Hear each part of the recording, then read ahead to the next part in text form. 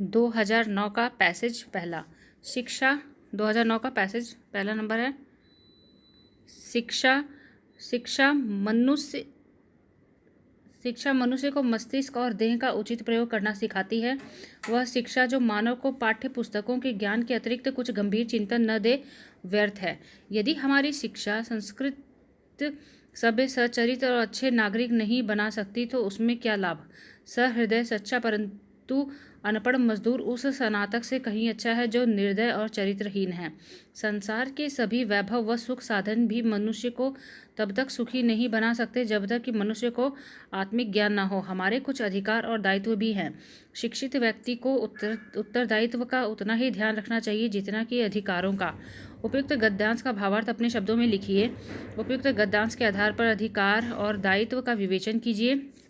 उक्त गद्यांश के रेखांकित अंशों की व्याख्या कीजिए। तो गद्यांश का भावार्थ है, शिक्षा अपने अभ्यंतर प्रकोष्ठ में उस स्वर्णिम विहार की मधुर कल्पना को समाहित किए होती है जिसमें सर्वमंगल साधना निहित होती है। निश्चय ही मनुष्य की मनुष्यता का उचित निर्देशन शिक्षा ही करती है। जहाँ सुविचारित एवं सभ्य समाज की परिकल्पना न हो, नैतिकता का कोई मूल्य न हो, वहाँ शिक्षा की कोई सार्थकता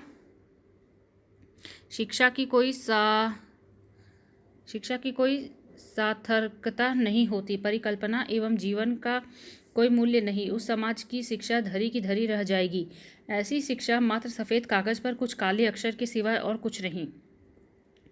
विदित है कि जिसमें विवेक बुद्धि नहीं वह तथाकथित पढ़ा लिखा भी एक अनपढ़ श्रमिक से भी हीन है। आत्मज्ञान ही जीवन की वह कुंजी है जहाँ से यथार्थ का ज्ञान होता है और सत्य का प्रस्फुटन। यदि हम एक तरफ अधिकारों की बात करते हैं तो वहीं दूसरी तरफ हमारे द्वारा दायित्वों का निर्वहन होना भी चाहिए। अधिकार और दायित्व। दूसरा जो क्वेश्चन था, उपयुक्त गद्यांश के आधार पर अधिकार और दायित्व का विवेचन कीजिए। अधिकार और दायित्व। प्राय आज एक शिक्षित व्यक्ति सामान्य सी बात पर आगे बढ़कर अपने अधिकारों की दुहाई देने लगता है, किंतु उसका भी देश काल समाज के प्रति कोई दायित्व है। ऐसी चर्चा कर देने पर वह 10 कदम पीछे लौट आता है। आखिर ऐसा क्यों?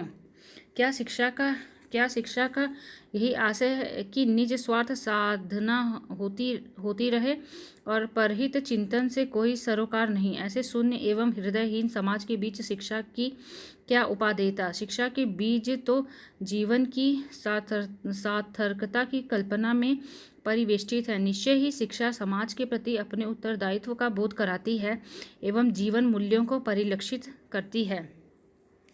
गद्यांश में जितने भी रेखांकित शब्द हैं उनकी अंशों की व्याख्या करनी है। तो पहला अंश है, वह शिक्षा जो मानव को पाठ्य पुस्तकों के ज्ञान के अतिरिक्त कुछ गंभीर चिंतन न दे व्यर्थ है। इसका एक्सप्लेनेशन है, शिक्षा व्यक्ति के आंतरिक गुणों की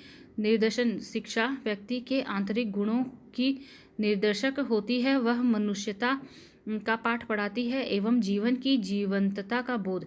इसके अतिरिक्त यह स्पष्ट हो कि शिक्षा बाह्य जगत से संबंध है या यूँ कहा जाए कि सभ्यता ही शिक्षा है तो यह कहना निश्चय ही बेमानी होगी। दूसरा है, सहृदय सच्चा परंतु अनपढ़ मजदूर उस स्नातक से वह कहीं अच्छा है जो निर्दय और चरित्रहीन है। इसका एक्सप्लेनेशन है, दया एवं नैतिकता शिक्षा के मूल बिंदु हैं। अर्थात जहाँ हित साधना हो, भाई भाई के प्रति प्रेम का संवहन हो, वसुदेव कुटुंबकम की भावना का वैशिष्ट्य हो, वहीं समाज सही मायने में साक्षर समाज कहा जाएगा। अन्यथा उसकी एक निरक्षर श्रमिक से तुलना अत्युक्ति न होगी। तीसरा है, हमारे कुछ अधिकार और दायित्व भी हैं। मनुष्य को जन्म से कतिपय अधिकार मिले हुए हैं। जहाँ वह अपने अधिकारों की बात करता है वहीं उसका समाज में एक पढ़े लिखे व्यक्ति के रूप में सामाजिक उत्तरदायित्व भी होता है। उसको विस्मृत कर देना उसकी शिक्षा एवं व्यक्तित्व पर एक प्रश्न चिन्ह खड़ा कर देता है। दूसरा पैसेज है, सामाजिक जीवन में क्रोध की जरूरत बराबर पड़ती है। सामाजिक जीवन में क्रोध की जरूरत बराबर पड़ती है। यदि क्रोध न हो तो मनुष्य दूसरों के द्वारा पहुँचाए जाने वाले बहुत से कष्टों की चिरनिवृत्ति का उपाय ही न कर सके। कोई मनुष्य किसी दुष्ट के 2-4 प्रहार नित्य सहता है। यदि उसमें क्रोध का विकास नहीं हुआ है तो वह केवल आह ऊह करेगा। जिसका उस दुष्ट पर कोई प्रभाव नहीं पड़ेगा। उस दुष्ट के हृदय में विवेक, दया आदि उत्पन्न करने में बहुत समय लगेगा। संसार किसी को इतना समय छोटे छोटे कामों के लिए नहीं दे सकता।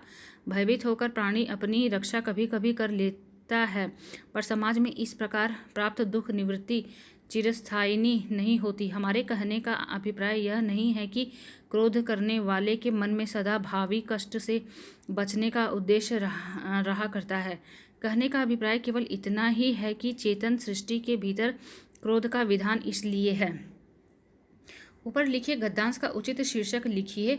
संक्षेपण सारांश भावार्थ में अंतर बताते हुए उपयुक्त अवतरण का संक्षेपण 1/3 शब्दों में कीजिए।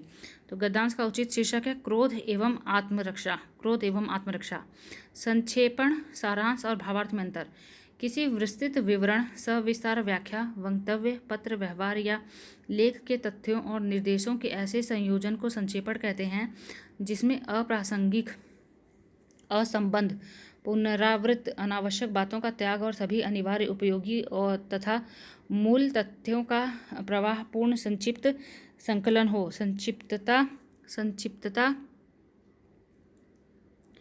संक्षिप्तता वाग्विदंगता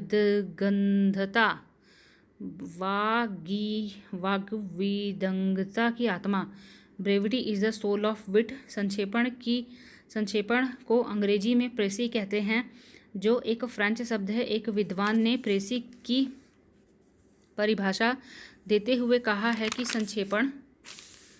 संक्षेपण किसी मुद्रित, लिखित या कथित विषय के किसी अंश में सन्निहित आवश्यक तत्वों का सारगर्भित एवं संक्षिप्त कथन है। संक्षेपण और सारांश। सारांश में केवल मुख्य तत्व को अत्यंत संक्षेप में लिख दिया जाता है, जबकि संक्षेपण में सामान्यतः मूल की सभी बातें क्रमबद्धता के साथ प्रस्तुत की जाती हैं।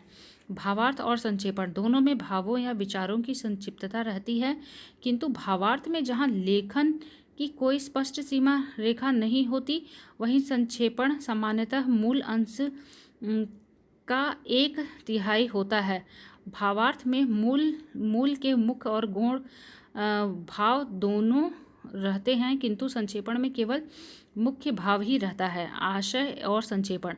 आशय में या तो संपूर्ण कथन अथवा गुण अंशों का स्पष्टीकरण कर रहता है, जबकि संक्षेपण में स्पष्टीकरण की आवश्यकता नहीं पड़ती। व्याख्या और संक्षेपण। व्याख्या में मूल के मुख्य और गौण भावों का समावेश होता है, जबकि संक्षेपण में केवल मुख्य भाव रहता है और गौण भावों को छांट दिया जाता है। अवतरण का संक्षेपण। षड विकारों के अंतर्गत क्रोध भी एक विकार स्वीकार किया गया है, जो मानव उत्कर्ष में सर्वदा बाधक माना गया है। किंतु यहाँ लेखक का मंतव्य है कि स्वाभाविक जीवन जीने में कदाचित क्रोध की भी अपनी महत्ता होती है। अनवरत सहनशीलता कदाचित कायरता ही प्रतीत होने लगती है, जो चिर निवृत्त कष्टों का सहज उपाय नहीं है। शायद इसलिए चेतन सृष्टि के अभ्यंतर प्रकोष्ठ में क्रोध का विधान हुआ। अक्रोध द्वारा किसी प्राणी में विवेक, दया पैदा कर देना पराभौतिक कृपा का ही परिणाम हुआ करता है। तीसरा, उत्तर प्रदेश राज्य परिवहन निगम के अध्यक्ष की ओर से पुलिस अधीक्षक को एक पत्र लिखिए, जिसमें परिवहन सुरक्षा संबंधी कमियों को दूर करने का अनुरोध किया गया हो। दूसरा, तार लेखन से क्या अभिप्राय है, इसका एक नमूना प्रस्तुत कीजिए। तो पहला है जो उत्तर प्रदेश राज्य परिवहन निगम के अध्यक्ष की ओर से पुलिस अधीक्षक को एक पत्र लिखना है। तो सेवा में श्रीमान पुलिस अधीक्षक प्रतापगढ़। पत्र संख्या परिवहन विभाग उत्तर प्रदेश। दिनांक। विषय परिवहन सुरक्षा संबंधी कमियों को दूर करने का अनुरोध किया गया हो। महोदय, उत्तर प्रदेश राज्य परिवहन निगम में सुरक्षा संबंधी कमियों के संदर्भ में आपका ध्यान आकृष्ट करना चाहते हैं। प्रथम दृष्टया सबसे महत्वपूर्ण बात यह है कि हड़ताल या दंगों के बीच परिवहन की बसों को तत्काल उपद्रवियों द्वारा निशाना बना लिया जाता है, जिससे बस के नुकसान के साथ साथ यात्रियों को भी सांघातिक चोटें आ जाती हैं। ऐसी विषम परिस्थितियों में पुलिस की विशेष सतर्कता जरूरी होती है, ताकि ऐसा कुछ नुकसान न होने पाए।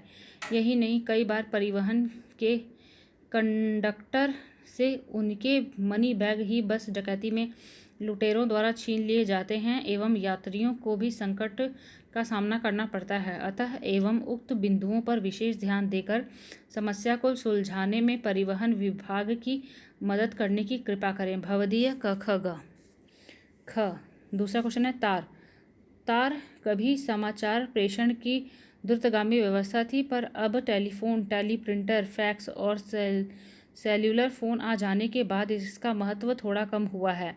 फिर भी कार्यालयीय कार्यों में अभी इसका व्यवहार बहुतायत से चल रहा है। तार का एक निश्चित कार्य होता है, उस पर सूचना भर कर दीजिए, तुरंत टेलीग्राफिक मशीन द्वारा यह सूचना निर्दिष्ट स्थान पर पहुंच जाएगी और तत्काल सूचना संबंधित कार्यालय व व्यक्ति को प्रेषित भी कर दी जाएगी। तार ले जाकर पहुंचाने वाले मैसेंजर रात दिन कार्य करते हैं, इसलिए तार मिलने में देर नहीं होती। जहां तार घर नहीं होते वहां तार की सूचना एक विशेष लिफाफे में डाक द्वारा भेज दी जाती है। इस पद्धति से कभी कभी बहुत देर भी हो जाती है। दिन प्रतिदिन विकास कर रही सूचना तकनीकी ने अब पुरानी तार व्यवस्था के महत्व को काफ़ी कम कर दिया है।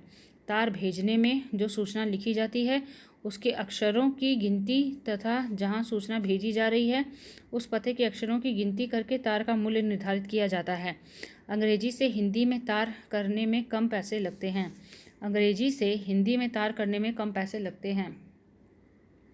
तार 5 प्रकार का होता है। SOS संकटकालीन संदेश, मोस्ट अर्जेंट, अति तात्कालिक, इमीडिएट, अविलंब, इम्पॉर्टेंट, आवश्यक, एक्सप्रेस, तुरंत।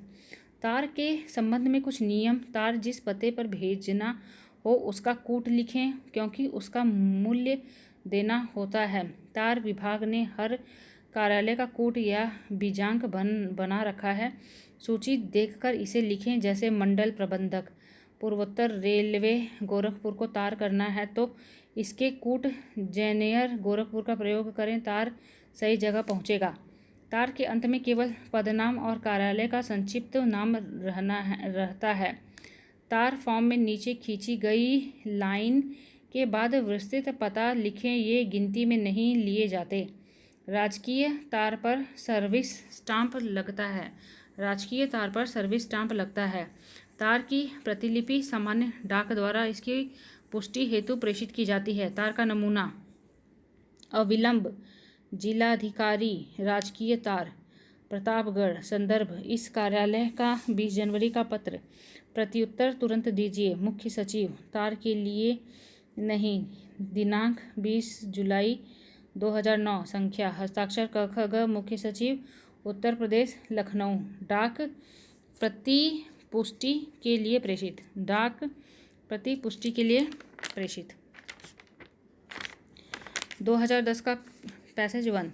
लोक कल्याण तथा आत्म कल्याण दोनों की दृष्टि से कबीर और गांधी दोनों ने गरीबी को अपनाया है। लोक कल्याण तथा आत्म कल्याण दोनों की दृष्टि से कबीर और गांधी दोनों ने गरीबी को अपनाया है।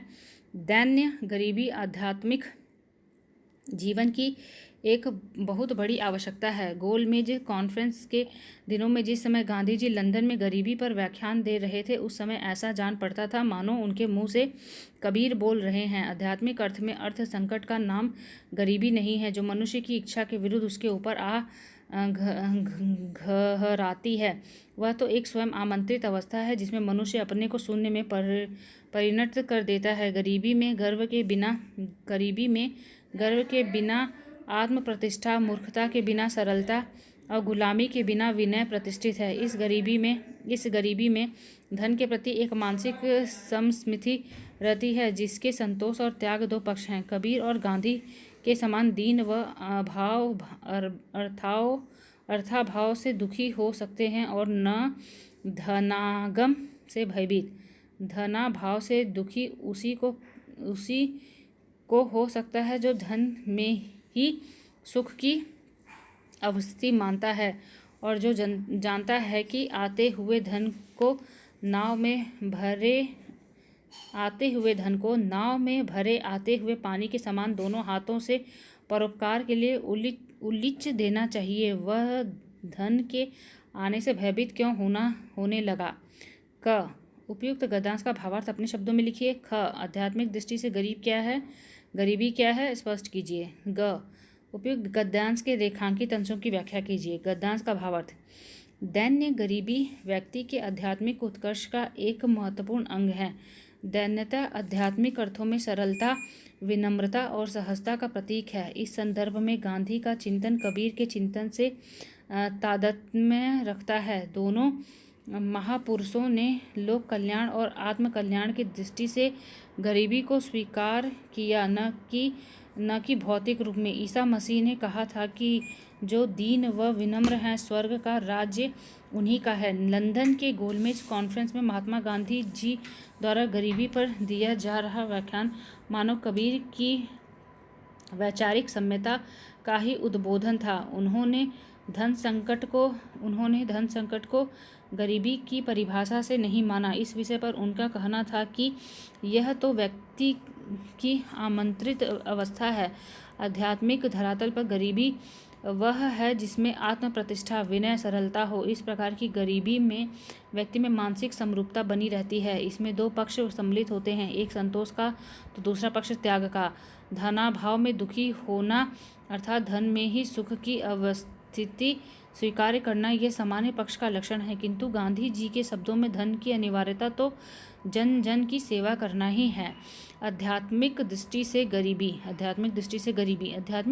गरीबी का आशय सब कुछ होते हुए भी कुछ भी न होना, कुछ न होकर भी एक आध्यात्मिक व्यक्ति गरीब नहीं होता। उसमें तो उपकार का सदैव उत्प्रेरक बना रहता है। वह दीन बना हुआ भी महान होता है। धन वैभव का उसके लिए कोई आकर्षण नहीं होता, क्योंकि भौतिक व्यवस्था की वह तिलांजलि दे देता है। वह छोटा बनकर विराट में जीता है। उसे यत किंचित भी प्राप्त होता है वह भी परमार्थ के लिए ही, क्योंकि उसमें समग्र रूप से संतोष निहित होता है और उसका दूसरा पक्ष त्याग भी। गांधी जी की दृष्टि में दीन न तो अर्थाभाव से दुखी हो सकता है और न धनागम से भयभीत ही। गद्यांश के रेखांकित अंशों की व्याख्या। पहला है, मानो उनके मुंह से कबीर बोल रहे हैं। कबीर दैन्यता को उस ब्रह्म की समीपता का वरदान मानते थे जिसमें संतोष और त्याग दोनों समाहित हो। गांधी जी की व्याख्यान ठीक इन्हीं बातों पर आधारित थी। इसी बात को लेकर यहाँ गद्यकार का यह अभिकथन है कि जिस समय गांधी जी गोलमेज कॉन्फ्रेंस में गरीबी पर अपना भाषण दे रहे थे, मानो उनके मुंह से कबीर बोल रहे थे। दूसरा है, वह तो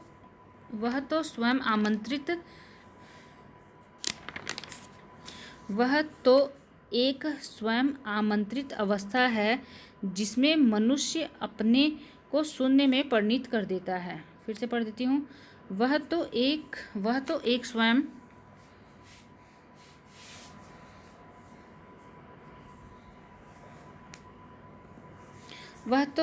स्वयं आमंत्रित अवस्था है जिसमें मनुष्य अपने को शून्य में परिणित कर देता है। गरीबी को गांधी जी स्वयं आमंत्रित अवस्था मानते हैं। इस अवस्था में वह अपने को शून्य का बोध कराते हैं। कहने का तात्पर्य यह है कि उसमें अहम जनित भावों का लेश मात्र भी स्थान नहीं होता। वह आत्मसम्मान, विनय एवं सहजता का मूर्तिवत रूप बन जाता है। उसके बाद है, इस गरीबी में धन के प्रति एक मानसिक समस्थिति रहती है जिसके संतोष और त्याग दो पक्ष हैं। इसका एक्सप्लेनेशन है, गरीबी व्यक्ति में धन के प्रति मानसिक समान स्थिति का निदर्शन कराता है जिसका एक पक्ष त्याग पर आधारित होता है और दूसरा पक्ष संतोष पर। त्याग एवं संतोष का वर्णन कर उसका जीवन एक दर्शन बन जाता है जहाँ धन का कोई आशय ही नहीं होता। बस धन तो केवल ऐहिक जागतिक पूर्ति का साधन होता है। इसका आध्यात्मिक जगत से कोई सरोकार नहीं, जहाँ से मानवता के प्रति परोपकार का प्रस्फुटन होता है और नैतिक मूल्यों का मूल्यांकन। चौथा, धनाभाव से दुख उसी को हो सकता है जो धन में ही सुख की अवस्थिति मानता है। आध्यात्मिक रूप से गरीबी का कोई आशय नहीं है।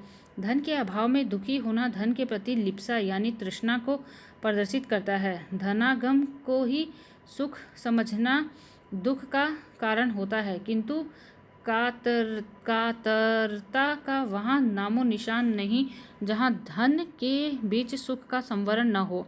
धन तो ऐहिक परमार्थ का साधन होना चाहिए। इसी भाव से धन को देखना चाहिए।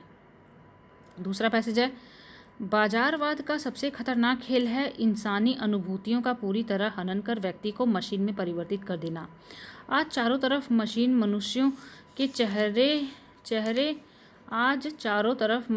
मनुष्यों के चेहरे नजर आते हैं, जिनके ऊपर मानवीय अनुभूतियों की चमक गायब है। बाजार की ताकतें उसे निरंतर प्रलोभन के जाल में उलझाकर वस्तुओं का गुलाम बनाने की ओर धकेलती हैं।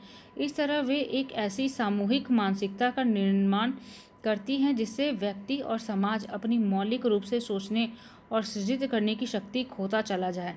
आदमी का ध्येय हो जाता है कि वह पूरे जीवन में सामान जुटाता और बदलता रहे, जिससे बाजार की ताकतों का प्रभुत्व दुनिया पर कायम रह सके। लेकिन इससे व्यक्ति और राष्ट्रों की आत्मिक संस्कृति का क्षरण होकर लुप्त होने का खतरा बढ़ जाता है। ऐसे वातावरण में व्यक्ति किसी सृजनात्मक, कलात्मक और मौलिक चिंतन की तरफ कुछ करना तो दूर सोच भी नहीं सकता। व्यक्ति को धीरे धीरे बाजार अपने भीतर समाहित कर लेता है। फिर व्यक्ति का रूपांतरण बाजार में हो जाता है और बाजार का व्यक्ति में। ऊपर लिखे गए गद्यांश का उचित शीर्षक दीजिए। संक्षेपण संबंधी सावधानियों का उल्लेख कीजिए। उपयुक्त अवतरण का संक्षेपण 1/3 शब्दों में कीजिए। पहला, गद्यांश का उचित शीर्षक, बाजारवाद की बढ़ती प्रवृत्ति। बाजारवाद की बढ़ती प्रवृत्ति। किसी विस्तृत विवरण सविस्तार व्याख्या, वक्तव्य, पत्र व्यवहार या लेख के तथ्यों और निर्देशों के ऐसे संयोजन को संक्षेपण कहते हैं जिसमें अप्रासंगिक, असंबद्ध, पुनरावृत्त, अनावश्यक बातों का त्याग और सभी अनिवार्य, उपयोगी तथा मूल तथ्यों का प्रवाह पूर्ण संक्षिप्त संकलन हो। इस परिभाषा के अनुसार संक्षेपण एक स्वतः पूर्णतः रचना है। उसे पढ़ लेने के बाद मूल संदर्भ को पढ़ने की कोई आवश्यकता नहीं होती। सामान्यतः संक्षेपण में लंबे चौड़े विवरण, पत्राचार आदि की सारी बातों को अत्यंत संक्षिप्त और क्रमबद्ध रूप में रखा जाता है। इसमें हम कम से कम शब्दों में अधिक से अधिक विचारों, भावों, तथ्यों को प्रस्तुत करते हैं। वस्तुतः संक्षेपण किसी बड़े ग्रंथ का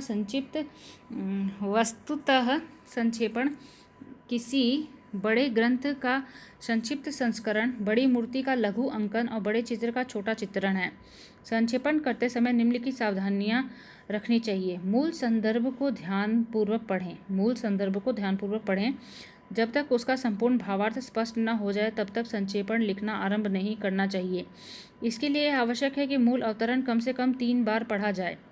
दूसरा, मूल के भावार्थ को समझ लेने के बाद आवश्यक शब्दों, वाक्यों अथवा वाक्य खंडों को रेखांकित करें जिसका मूल विषय से सीधा संबंध हो अथवा जिनका भावों या विचारों की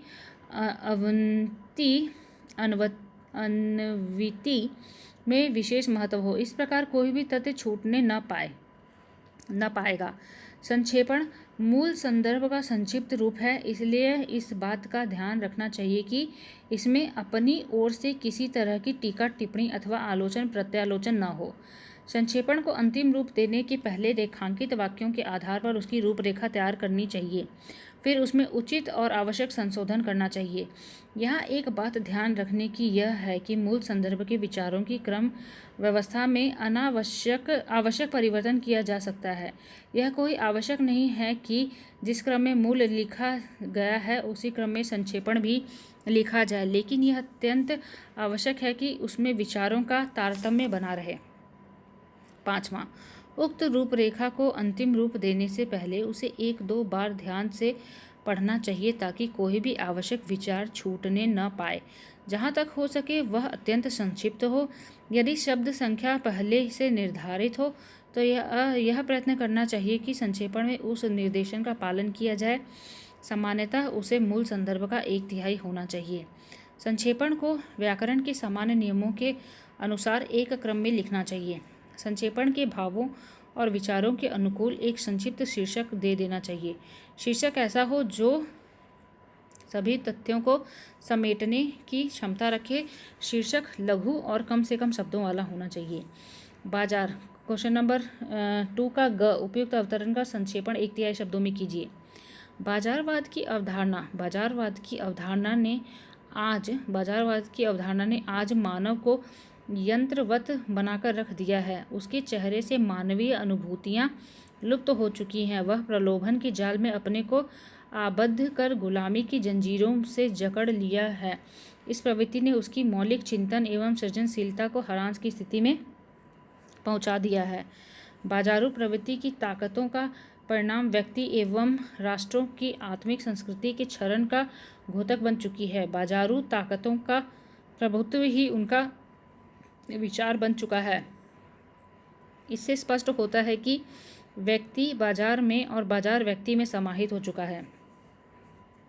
थर्ड क्वेश्चन है, भारत सरकार के सूचना प्रसारण मंत्रालय के उप सचिव को अर्जित अवकाश प्रदान किए जाने की अधिसूचना का प्रारूप प्रस्तुत कीजिए।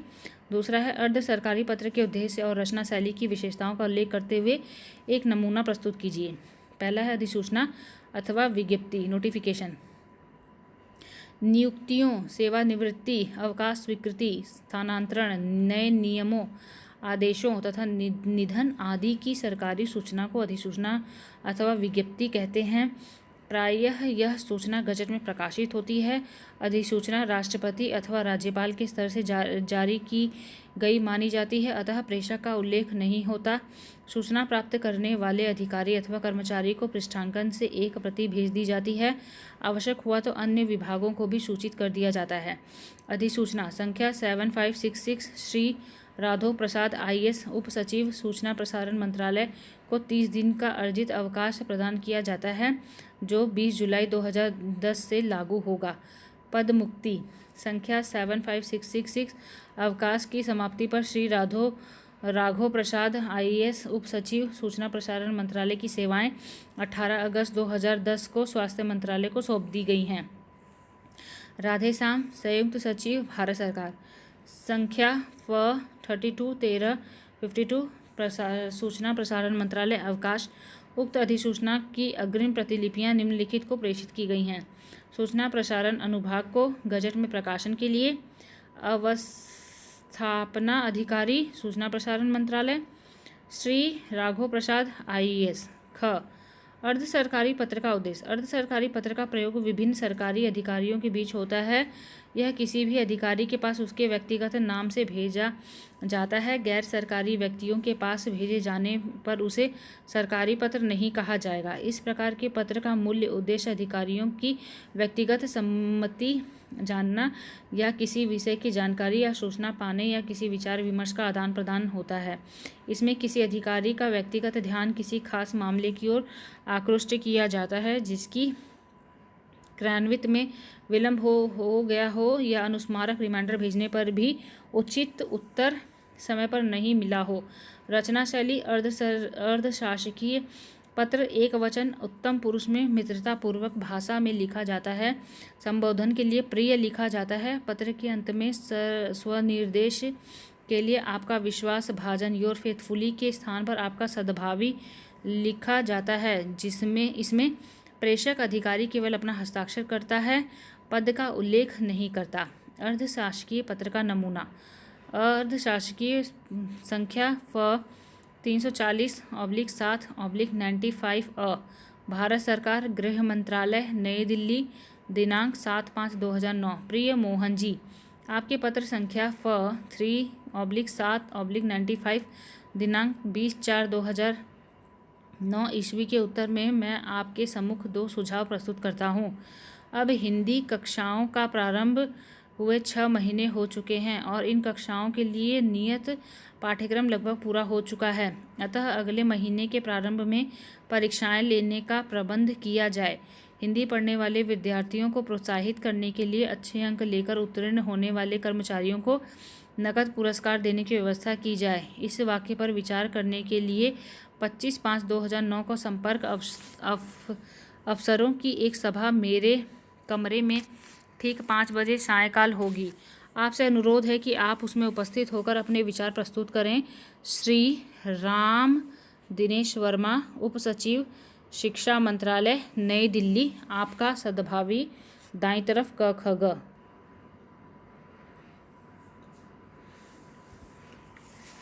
– 2011 का पैसेज 1। हमारे चारों ओर एक प्रत्यक्ष जगत है। उसका ज्ञान प्राप्त करने के लिए हमारी ज्ञानेंद्रियों से लेकर सूक्ष्म वैज्ञानिक यंत्रों तक एक विस्तृत कारण जगत बन चुका है और बनता जा रहा है। बाह्य जगत के संबंध में विज्ञान और ज्ञान की विचित्र स्थिति है। जहाँ तक विज्ञान का प्रश्न है, उसने इंद्रियजन्य ज्ञान में सबसे पूर्ण प्रत्यक्ष को भी अविश्वसनीय प्रमाणित कर दिया है। अपनी अपूर्णता नहीं, पूर्णता में भी दृष्टि रंगों के अभाव में रंग ग्रहण करने की क्षमता रखती है और रूपों की उपस्थिति में भी उनकी यथार्थता बदल सकती है। इसके अतिरिक्त प्रत्यक्ष ज्ञान के ऊपर अनुमान, स्मृति आदि की प्रत्यक्ष छाया फैली रहती है। हमें यह विशिष्ट ज्ञान उपयोग के लिए चाहिए, पर उस उपयोग के भोग के लिए हम अपना सहज अनुभव ही चाहते रहेंगे। इसी कारण वैज्ञानिक ज्ञान को सीखकर भूलता है और कलाकार भूलकर सीखता है। क। उपयुक्त गद्यांश का भावार्थ अपने शब्दों में लिखिए। ख। उपयुक्त गद्यांश के आधार पर ज्ञान और विज्ञान में अंतर स्पष्ट कीजिए। ग। उपयुक्त गद्यांश के रेखांकित अंशों की व्याख्या कीजिए।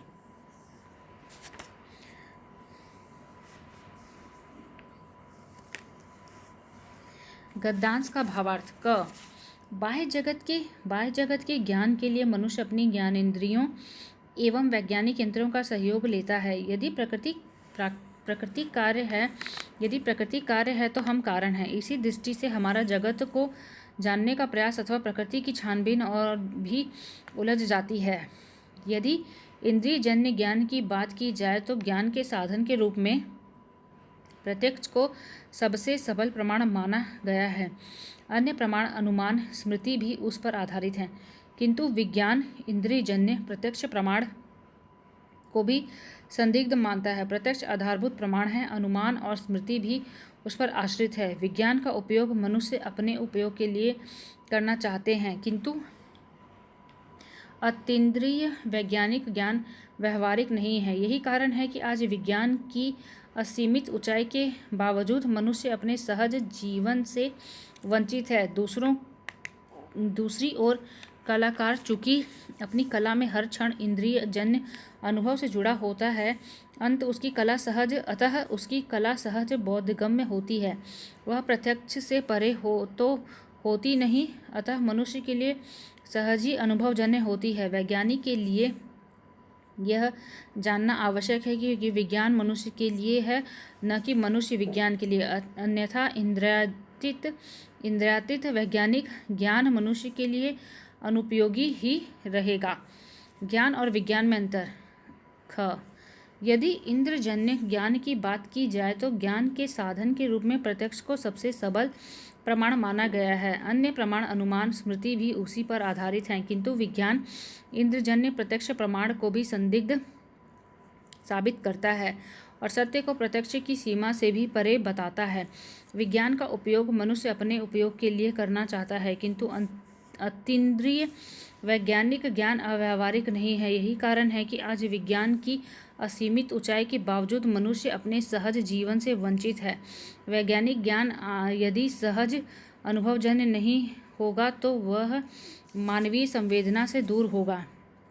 ज्ञान का उपयोग मनुष्यता के लिए होता है, वह व्यवहारिक होता है, इसलिए सामाजिक समरसता, सामाजिक विकास में वह सहायक होता है। अतः वैज्ञानिक ज्ञान की सार्थकता अनुभवजन्य होने में ही है।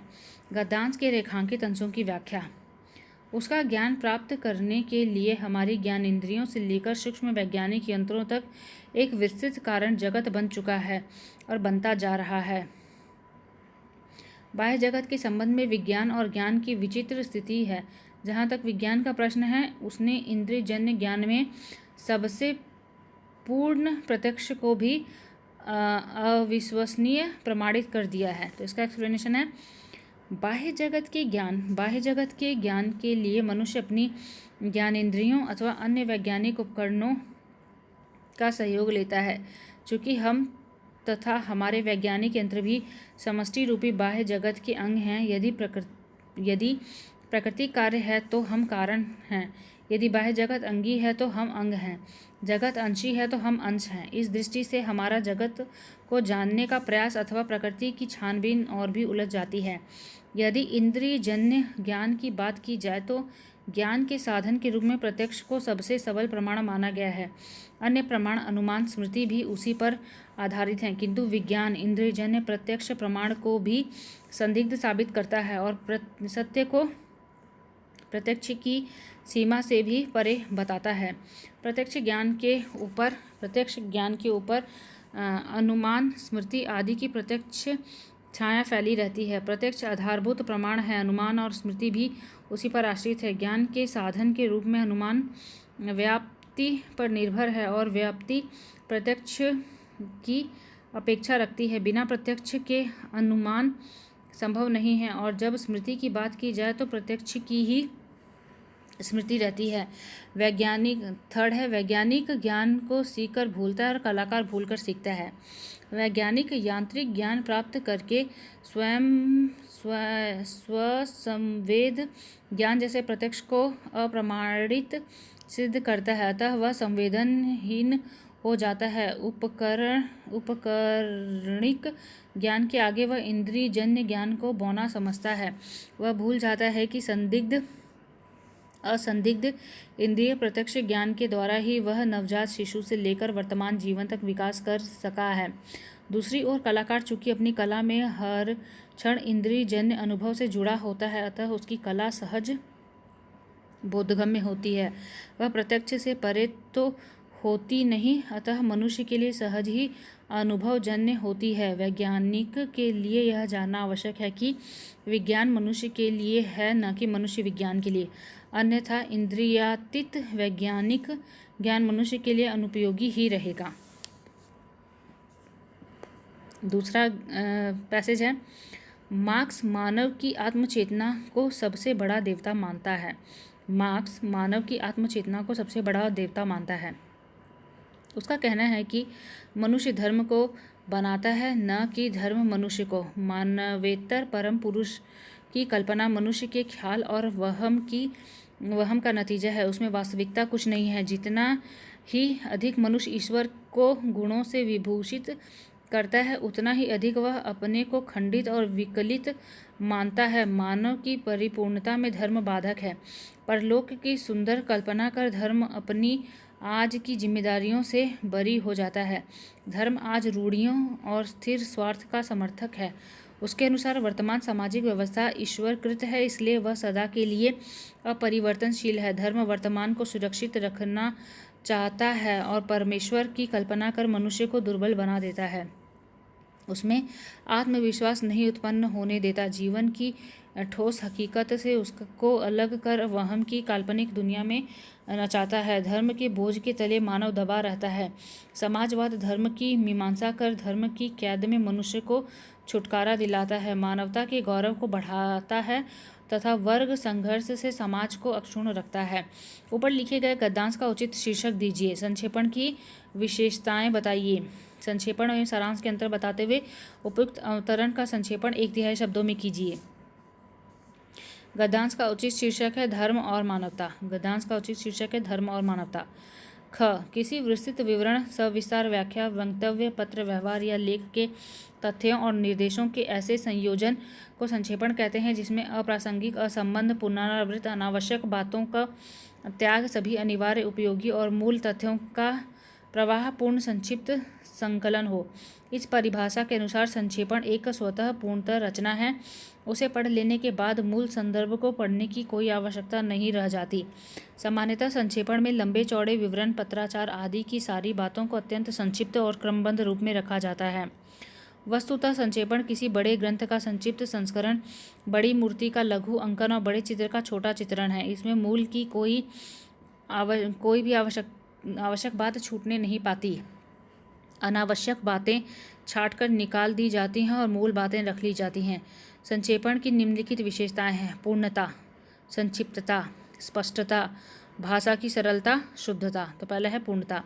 संक्षेपण स्वतः पूर्ण होना चाहिए। संक्षेपण करते समय इस बात का ध्यान रखना चाहिए कि उसमें कहीं कोई महत्वपूर्ण बात छूट तो नहीं गई। आवश्यक और अनावश्यक अंशों का चुनाव खूब सोच समझकर करना चाहिए। संक्षेपण में उतनी ही बातें लिखी जाए जो मूल अवतरण या संदर्भ में हो, न तो अपनी ओर से कहीं बढ़ाई जाए और न ही घटाई जाए, तथा न मुख्य बात कम की जाए। मूल में जिस विषय या विचार पर जितना जोर दिया गया है उससे उसी अनुपात में संक्षिप्त रूप में लिखा जाना चाहिए। संक्षेपण व्याख्या, आशय, भावार्थ, सारांश इत्यादि से बिल्कुल भिन्न है। संक्षिप्तता। संक्षिप्तता संक्षेपण का एक प्रधान गुण है। यद्यपि इसके आकार का निर्धारण और नियमन असंभव नहीं, तथापि संक्षेपण को सामान्यतया मूल का तृतीयांश होना चाहिए। इसमें व्यर्थ विशेषण, दृष्टांत, उद्धरण, व्याख्या और वर्णन नहीं होने चाहिए। लंबे लंबे शब्दों और वाक्यों के स्थान पर सामयिक चिन्ह लगाकर उन्हें छोटा बनाना चाहिए। यदि शब्द संख्या निर्धारित हो तो संक्षेपण उसी सीमा में होना चाहिए। स्पष्टता। संक्षेपण की अर्थ व्यंजना स्पष्ट होनी चाहिए। मूल अवतरण का संक्षेपण ऐसा लिखा जाए जिसके पढ़ने से मूल संदर्भ का अर्थ पूर्णता और सरलता से स्पष्ट हो जाए। ऐसा न हो कि संक्षेपण का अर्थ स्पष्ट करने के लिए मूल संदर्भ को ही पढ़ना पड़े। इसलिए स्पष्टता के लिए पूरी सावधानी रखने की जरूरत होगी। संक्षेपण को यह बात याद रखनी चाहिए कि संक्षेपण के पाठक के सामने मूल संदर्भ नहीं रहता, इसलिए इसमें जो कुछ लिखा जाए वह बिल्कुल स्पष्ट हो। भाषा की सरलता।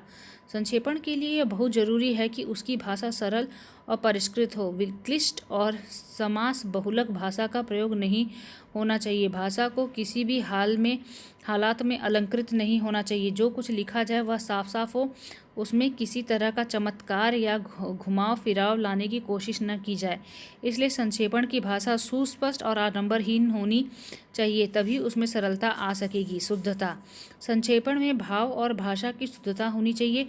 शुद्धता से हमारा मतलब यह है कि संक्षेपण में वे ही तथ्य तथा विषय लिखे जाएं जो मूल संदर्भ में हो। कोई भी बात अशुद्ध, अस्पष्ट और ऐसी न हो जिसके अलग अलग अर्थ लगाए जा सकें। इसमें मूल के आशय को विकृत या परिवर्तित करने का अधिकार नहीं होता और न अपनी ओर से किसी तरह की टीका टिप्पणी होनी चाहिए। छठवां, प्रवाह और क्रमबद्धता। संक्षेपण में भाव और भाषा का प्रवाह एक आवश्यक गुण है। भाव क्रमबद्ध हो और भाषा प्रवाहपूर्ण। क्रम और प्रवाह के संतुलन से ही संक्षेपण का स्वरूप निखरता है। वाक्य सुसंबद्ध और गठित हो। प्रवाह बनाए रखने के लिए वाक्य रचना में जहाँ तहाँ अतः, अतः एवं, तथापि जैसे शब्दों का प्रयोग किया जा सकता है। अतः, अतः एवं, तथापि जैसे शब्दों का प्रयोग किया जा सकता है। एक भाव दूसरे भाव से संबंध हो, उसमें तार्किक क्रमबद्धता रहनी चाहिए। सारांश यह है कि संक्षेपण में 3 गुणों का होना बहुत जरूरी है: संक्षिप्तता, स्पष्टता, क्रमबद्धता। संक्षेपण और सारांश में अंतर। सारांश में केवल मुख्य तत्व को अत्यंत संक्षेप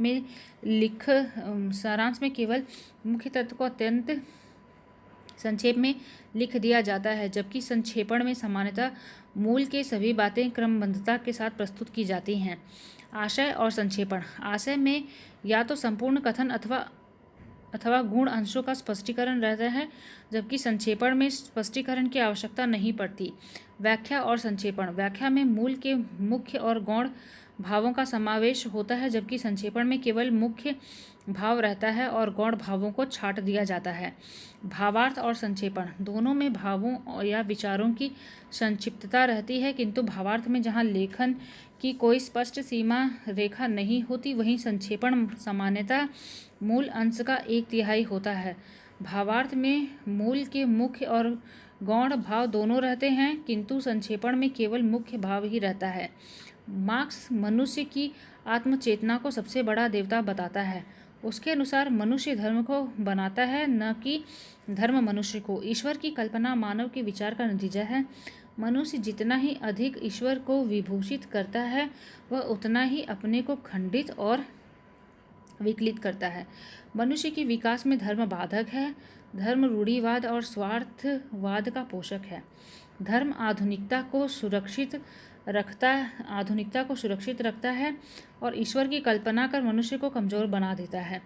धर्म बोझ तले मनुष्य दबा रहता है। समाजवाद धर्म का विवेचन कर मनुष्य को संकीर्णता से मुक्ति दिलाता है, मानवता को बढ़ाता है तथा वर्ग संघर्ष से समाज को अक्षुण्ण रखता है। क्वेश्चन नंबर 3 क सरकारी और अर्ध सरकारी पत्र का अंतर स्पष्ट करते हुए अर्ध सरकारी पत्र का एक उदाहरण प्रस्तुत कीजिए। ख परिपत्र और अधिसूचना में अंतर बताते हुए परिपत्र का एक प्रारूप प्रस्तुत कीजिए। क सरकारी पत्र ऐसा पत्र जो सरकार के किसी एक कार्यालय से दूसरे कार्यालय को भेजा जाए और उसमें सरकार के किसी निर्णय, समस्या निदान या नीति निर्धारण को विषय बनाया गया हो, सरकारी पत्र कहलाता है। यह पत्र एक निश्चित ढांचे में ढला होता है। इसकी सामग्री बिल्कुल तथ्यपरक, संयत, स्पष्ट, सर्वदा शुद्ध होता है। पत्र में लेखन की कोई बात न हो कर तर्क संगत एवं विधि संगत कथन मात्र होता है। पत्र की सारी सामग्री यथार्थपरक तथ्यों, नियमों और उपनियमों के बंधन में बंधी होती है। सरकारी पत्र की महत्वपूर्ण विशेषताएं हैं। पत्र के प्रारंभ में शब्द प्रेषक लिखकर पत्र का प्रारंभ किया जाता है। प्रेषक का नाम देकर उसके पदनाम का भी उल्लेख किया जाता है।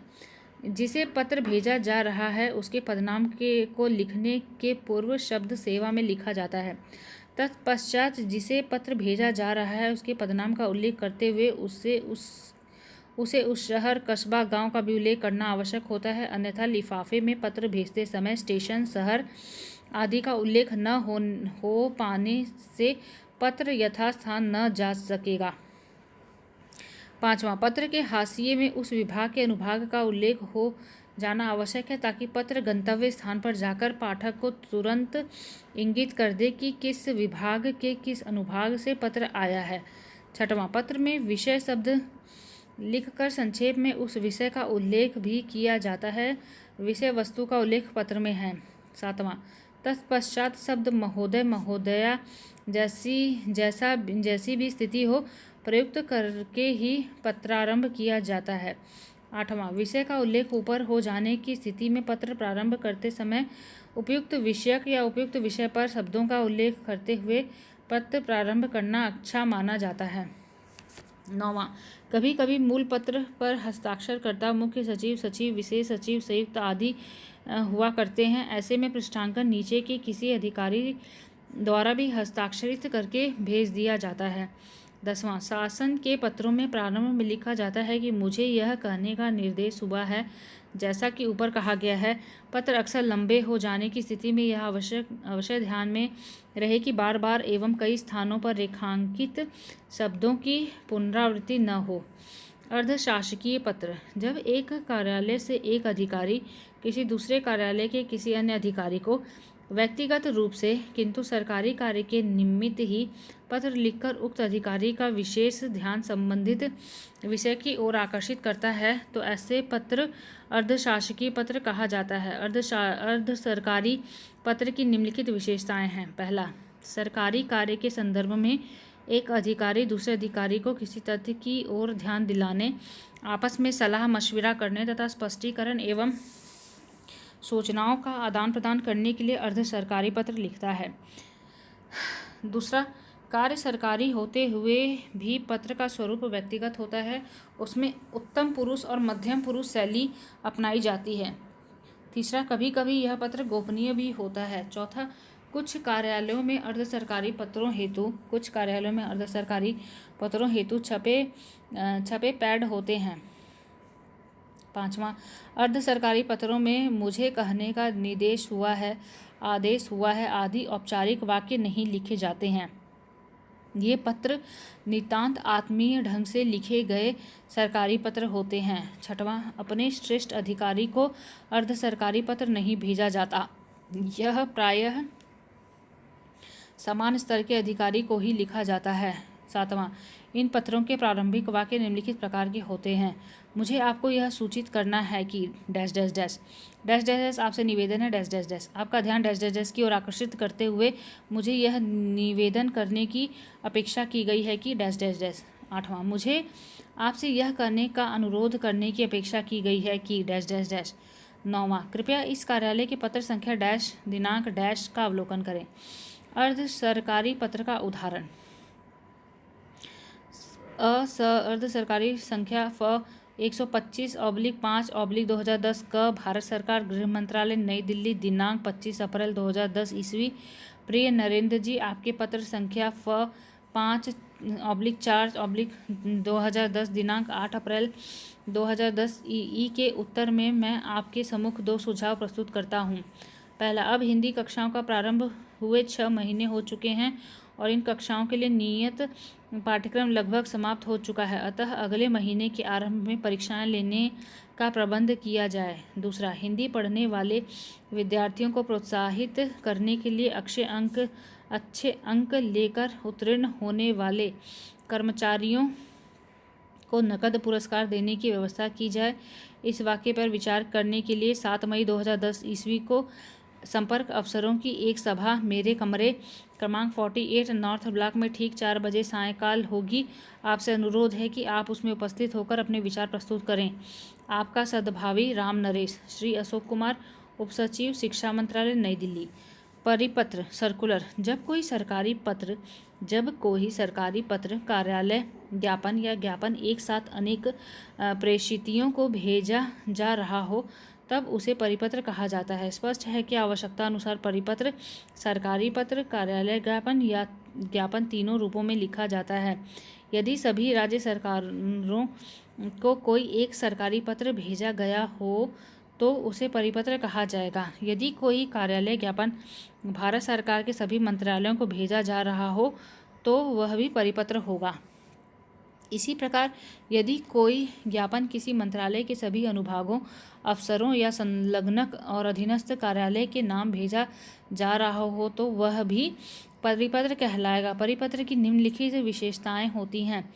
परिपत्र एक प्रकार की सूचना है जो कोई विभाग अपने अधीनस्थ कर्मचारियों को देता है। परिपत्र विभाग के निर्देश अथवा अनुदेश से संबंध होते हैं। परिपत्र के साथ एक सादा पृष्ठ नत्थी रहता है जिस पर सभी संबद्ध कर्मचारियों से सूचना से अवगत होने के हस्ताक्षर करा लिए जाते हैं। इसे छपवाकर रिकॉर्ड में भी रख लिया जाता है। परिपत्र विभाग की आंतरिक और व्यापक जानकारी के लिए वितरित कराया जाता है। चौथा, यह पत्र लगभग ज्ञापन जैसा होता है। कार्यालयों में परिपत्र के मुद्रित फॉर्म भी होते हैं। 5वां, परिपत्र में संख्या रहती है पर विभागीय होने के नाते संदर्भ, संबोधन और अधोलेख, भवदी आदि नहीं होते। 6वां, नीचे हस्ताक्षर और पदनाम होता है। यदि संलग्न हुआ तो इसका भी उल्लेख होता है। अधिसूचना, अधिसूचना क्या है? नियुक्तियों, सेवानिवृत्ति, अवकाश, स्वीकृति, स्थानांतरण, नए नियम, आदेशों तथा निधन आदि की सरकारी सूचना को अधिसूचना अथवा विज्ञप्ति कहते हैं। प्रायः यह सूचना गजट में प्रकाशित होती है। अधिसूचना राष्ट्रपति अथवा राज्यपाल के स्तर से जारी की गई मानी जाती है, अतः प्रेषक का उल्लेख नहीं होता। सूचना प्राप्त करने वाले अधिकारी अथवा कर्मचारी को पृष्ठांकन से एक प्रति भेज दी जाती है। आवश्यक हुआ तो अन्य विभागों को भी सूचित कर दिया जाता है। परिपत्र का प्रारूप, सेवा में उत्तर प्रदेश की समस्त महाविद्यालयों के प्राचार्य प्रबंधन, इलाहाबाद, दिनांक 3/4/2010। विषय, कोचिंग में पढ़ाने वाले प्राध्यापकों की सूची। मुझे सरकार से निर्देश मिला है कि महाविद्यालयों के ऐसे समस्त प्राध्यापकों की सूची तैयार करा ली जाए जो कोचिंग में पढ़ा रहे हैं। यह सूची हर हालत में मेरे पास 3/5/2010 तक पहुंच जानी चाहिए। भवदीय हस्ताक्षर, अबस, शिक्षा निदेशक, उच्च शिक्षा, उत्तर प्रदेश, इलाहाबाद। पृष्ठांकन प्रतिलिपि, उत्तर प्रदेश के समस्त महाविद्यालयों के प्राचार्य प्रबंधन, प्रदेश के समस्त उप शिक्षा निदेशक, प्रदेश के समस्त जिला विद्यालय निरीक्षक, प्रदेश के समस्त लेखा अधिकारी। 2012 का पैसेज नंबर 1। यदि मनुष्य को धर्म के मार्ग पर आना है तो उसे इंद्रिय निग्रह करना ही होगा, क्योंकि इंद्रियों से भिन्न मनुष्य कुछ है ही नहीं। इंद्रियां खुलकर हरियाली चरती फिरें और मनुष्य का मन धर्म के मार्ग पर आरूढ़ रहे, यह कल्पना ही परस्पर विरोधी है।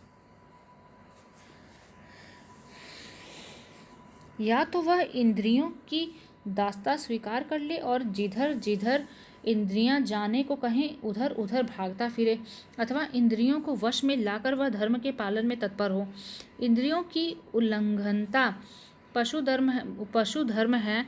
जो भी व्यक्ति इंद्रियों को अनियंत्रित रखने का पक्षपाती है, उसे यह भी मानना चाहिए कि मनुष्य पशु से भिन्न नहीं है, न पशु से अधिक दूर भागने की उसे चेष्टा ही करनी चाहिए। किंतु जो लोग यह मानते हैं कि मनुष्य पशु से भिन्न प्राणी है, उन्हें इंद्रिय निग्रह को माने बिना चारा नहीं है, क्योंकि इंद्रियों को नियंत्रण में रखकर ही मनुष्य पशुता से दूर जा सकता है। इंद्रियों का उद्दाम नृत्य पशुता का प्रमाण है। इंद्रियों को घाट में बांधकर चलाना ही मनुष्यता है, मनुष्य की संस्कृति है। उपयुक्त गद्य का भावार्थ अपने शब्दों में लिखिए। ख। उपयुक्त गद्यांश के आधार पर धर्म और इंद्रिय निग्रह का अंतर संबंध स्पष्ट कीजिए। ग। उपयुक्त गद्यांश के रेखांकित अंशों की व्याख्या कीजिए। पहला है गद्यांश का भावार्थ। मनुष्य अपने मानवीय धर्म पर तभी चल सकता है जब वह अपनी चपल इंद्रियों के वशीभूत न हो। इंद्रिय विग्रह ही मनुष्य को पशु प्रवृत्ति से पृथक करता है। धर्म के पथ पर चलने के लिए इंद्रिय निग्रह अनिवार्य है। इंद्रियों के वशीभूत होकर मनुष्य अपने मानवीय धर्म का निर्वहन नहीं कर सकता। गद्यांश के रेखांकित अंशों की व्याख्या। इसमें पहला है इंद्रियों से भिन्न मनुष्य कुछ है ही नहीं। इंद्रियों से भिन्न मनुष्य कुछ है ही नहीं। इंद्रियां खुलकर हरियाली चरती फिरे और मनुष्य का मन धर्म के मार्ग पर आरूढ़ रहे, यह कल्पना ही परस्पर विरोधी है। इस पंक्ति के गद्यकार का कहना है कि इंद्रियां स्वच्छंद हो जाएं तो मन उसके अधीन हो जाता है। मन की इंद्रिय परतंत्रता उसे अपने स्वकर्तव्य से विमुख करती हैं। दूसरा है इंद्रियों की उल्लंघनता पशु धर्म है, और जो भी व्यक्ति इंद्रियों को अनियंत्रित रखने का पक्षपाती है, उसे यह भी मानना चाहिए कि मनुष्य पशु से भिन्न नहीं, न पशु से अधिक दूर भागने की उसकी चेष्टा ही करनी चाहिए। इसका है एक्सप्लेनेशन। प्रायः पशु अपने सुख के लिए जीता है, यही पशु प्रवृत्ति है कि आप ही सदा चरें। वही मनुष्य है जो मनुष्य के लिए मरे। यह मानवीय धर्म है और इसकी भावना अपने लक्ष्य को तभी प्राप्त कर सकती है जब व्यक्ति जितेंद्रिय बने। वह धर्मत्व या ज्ञान तत्व ही है जो मनुष्य को पशु से पृथक करता है। ज्ञानम ही तेषामधि को विशेषो धर्मेण हिना पुष्भि समाना। इंद्रियों का उद्दाम नृत्य। अब तीसरा जो एक्सप्लेनेशन है, इंद्रियों का उद्दाम नृत्य पशुता का प्रमाण है। इंद्रियों को घाट में बांधकर चलाना ही मनुष्यता है, मनुष्य की संस्कृति है। इसका एक्सप्लेनेशन है, इंद्रियों की उच्च श्रृंखला अर्थात बेलगाम इंद्रियां पशुता का प्रमाण है। धर्म इंद्रियों का निग्रह करता है और मनुष्य को स्वकर्तव्य का बोध कराता है। धर्म वह बहुदलीय पुष्प है जिससे अर्थ और काम रूपी पंखुड़ियाँ निकलती हैं और मोक्ष रूपी सौरभ बिखरता है। अर्थ और काम यदि धर्मम्य नहीं तो मनुष्य अपने लक्ष्य रूपी मोक्ष को नहीं प्राप्त कर सकता। दूसरा पैसेज है, हिंदी और अंग्रेजी इन दोनों भाषाओं का प्रयोग भारत के हिंदी प्रदेशों के शिक्षित क्षेत्रों में खूब होता है। हिंदी और अंग्रेजी इन दोनों भाषाओं का प्रयोग भारत के हिंदी प्रदेशों के शिक्षित क्षेत्रों में खूब होता है। पढ़े लिखे लोग अधिकांश औपचारिक क्षेत्रों में अंग्रेजी का इस्तेमाल करते हैं और अनौपचारिक क्षेत्रों में हिंदी और अंग्रेजी दोनों का। भारत में अनेक संदर्भों में अंग्रेजी का प्रयोग सहज और स्वाभाविक माना जाने लगा है। जो व्यक्ति हिंदी का प्रयोग बहुलता से करता है उसे या तो देशभक्त नेता समझा जाता है या हिंदी प्रेमी या फिर कोई अनपढ़ जो अंग्रेजी नहीं बोल सकता। भाषा द्वैत की स्थिति में फंसा पढ़ा लिखा हिंदी भाषी अनौपचारिक संदर्भों में हिंदी अंग्रेजी और स्थानीय बोलियों का मिला जुला रूप प्रयोग में लाता है। औपचारिक भाषा में बोलने या लिखने का अवसर आने पर हिंदी भाषियों की कठिनाई बहुत बढ़ जाती है और अपनी ही भाषा से उनका नाता ढीला पड़ने लगता है। अंग्रेजी समझने या उसमें अभिव्यक्त करने की उनकी गति और स्तर उतना प्रभावी नहीं होता जितना अपनी मातृभाषा में हो सकता है। स्थिति कुछ ऐसी बनती जा रही है कि आज हिंदी और अंग्रेजी दोनों में ही हिंदी भाषियों का स्तर काम चलाऊ सा होता जा रहा है। न तो अंग्रेजी के बोलने और लिखने में प्रामाणिकता और प्राजलता है और न ही हिंदी में इस प्रकार इतो नष्ट ततो भ्रष्ट वाली कहावत चरितार्थ होती दिखाई देती है। ऊपर लिखे गए गद्यांश का उचित शीर्षक लिखिए। संक्षेपण एवं भावार्थ में अंतर क्या है? उपयुक्त अवतरण का संक्षेपण कीजिए। हिंदी और अंग्रेजी के भाषा द्वैत में इतो नष्ट हिंदी भाषी। हिंदी और अंग्रेजी के भाषा द्वैत में इतो नष्ट हिंदी भाषी, ये शीर्षक है। ख संक्षेपण में लंबे चौड़े विवरण, लेख, पत्राचार, सविस्तार व्याख्या आदि का संपूर्ण बातों को अत्यंत संक्षिप्त और क्रमबद्ध रूप में इस प्रकार रखा जाता है कि उसे पढ़ लेने के बाद मूल संदर्भ को पढ़ने की आवश्यकता नहीं रह जाती। इसे शब्द सीमा के अंदर लिखा जाता है। इसे मूल अवतरण का 1/3 होना चाहिए। भावार्थ संक्षेपण की भांति संक्षिप्त होना चाहिए, लेकिन इसमें मूल अवतरण का कोई भाव या विचार छूटना नहीं चाहिए। यद्यपि भावार्थ की लंबाई चौड़ाई की अंतिम सीमा नहीं बांधी जा सकती, फिर भी मूल आवश्यक के अनुकूल उसे कम से कम आधा तो होना ही चाहिए, जबकि संक्षेपण 1/3 होना चाहिए। भारतीय शिक्षित हिंदी ग है। भारतीय शिक्षित हिंदी प्रदेशों में हिंदी और अंग्रेजी दोनों का एक साथ प्रयोग प्रचलित है। भारतीय शिक्षित हिंदी प्रदेशों में हिंदी और अंग्रेजी दोनों का एक साथ प्रयोग प्रचलित है। शिक्षित वर्ग शिक्षित क्षेत्रों में अंग्रेजी का और कम शिक्षित क्षेत्रों में दोनों भाषाओं का प्रयोग करते हैं। जो हिंदी का अधिक प्रयोग करता है उसे या तो देशभक्त या हिंदी प्रेमी या अनपढ़ माना जाता है। औपचारिक भाषा में बोलने या लिखने में हिंदी भाषियों की समस्या बढ़ती है, जिससे हिंदी पर उसकी पकड़ कमज़ोर होती जाती है। ऐसी स्थिति में वह न अच्छी अंग्रेजी लिख या बोल सकता है और न ही हिंदी। अतः हिंदी भाषा की स्थिति इतो नष्ट इतो भ्रष्ट की होती जाती है।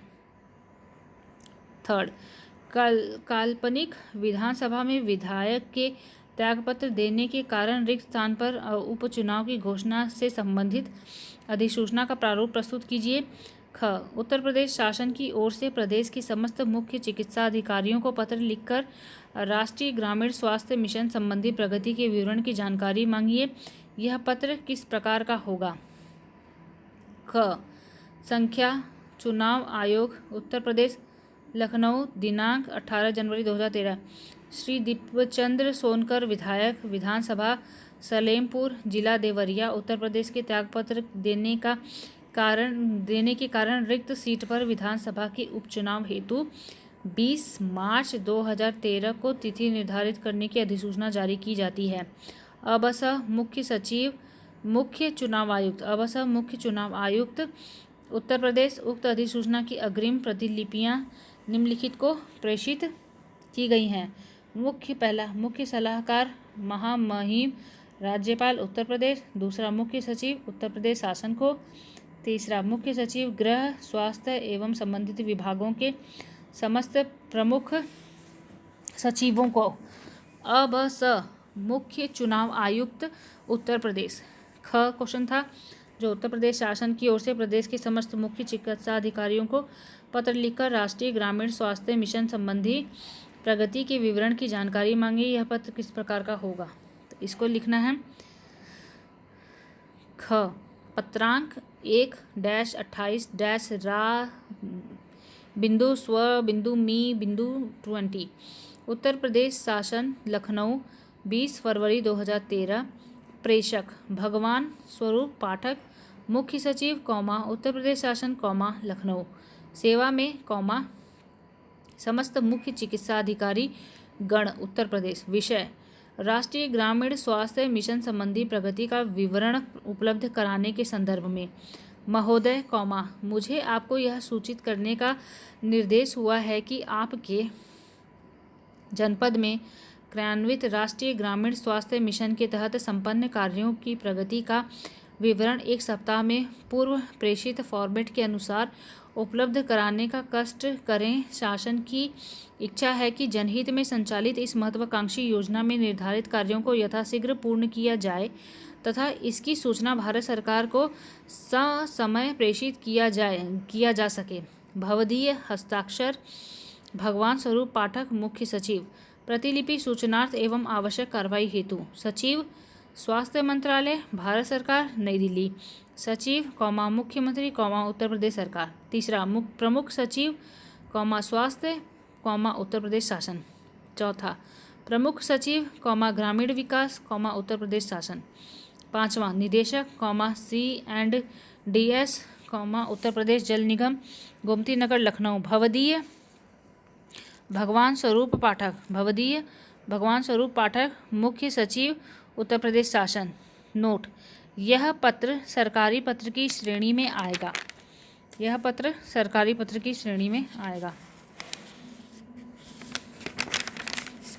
2013 का क्वेश्चन पेपर 13 में पहला नंबर पैसेज। इस युग का कवि हृदयवादी हो या बुद्धिवादी, स्वप्न दृष्टता हो या यथार्थ का चित्रकार, अध्यात्म से बंधा हो या भौतिकता का अनुगत, उसके निकट यही एक मार्ग शेष है कि वह अध्ययन में मिली जीवन की चित्रशाला से बाहर आकर जड़ सिद्धांतों का पाथेय छोड़कर अपनी संपूर्ण संवेदना शक्ति के साथ जीवन में घुल मिल जावे।